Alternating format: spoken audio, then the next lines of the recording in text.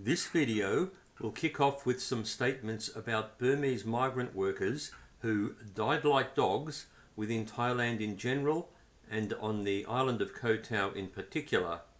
Here are paragraphs 4 to 6 of a letter I received from Bangkok Central Prison, Bangkok in December. The writer is Zaw Lin. It's sad to hear from you that 2 or 3 Myanmar workers died as the ferry caught fire on the way to Koh Tao. In Thailand, when a Myanmar worker dies, killed by someone or killed by an accident, they died like dogs. They never got investigation by the Royal Thai Police. I've ever heard about that. A young man was killed by taxi drivers on Koh Tao. He accidentally crashed into a taxi when he was driving on motorcycle to his room.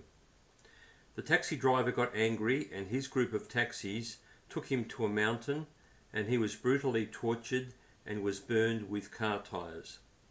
The police on Koh Tao never investigated the case and never arrested the killers of those taxi group.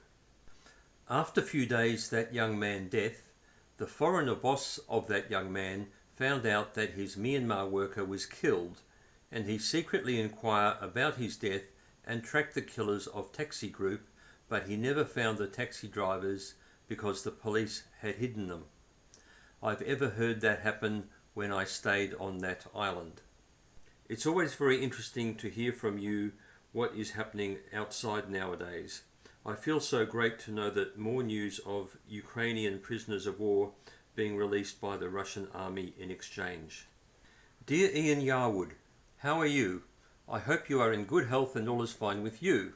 I got your letters dated the 19th of August 2024, 3rd of September 2024, 1st of October 2024, and the last one was dated the 3rd of October 2024 with a picture of your city plus an image of the moon. It's spectacular where you live. I was so excited and delighted to see the life there. I wish I've been there before. I thank you so much for extension my last letter to Suzanne, Conor Powell and Django. It's still interesting to hear about the mysterious of Theo Bailey's death. I think it's great that Suzanne made a link to the newspaper story from a place in Britain, which is where Theo Bailey lived. It's not right that nobody ever had known where the autopsy was performed, and the stories did not refer to any blood tests, and the coroner had not provided with all the relevant information concerning Theo's tragic death.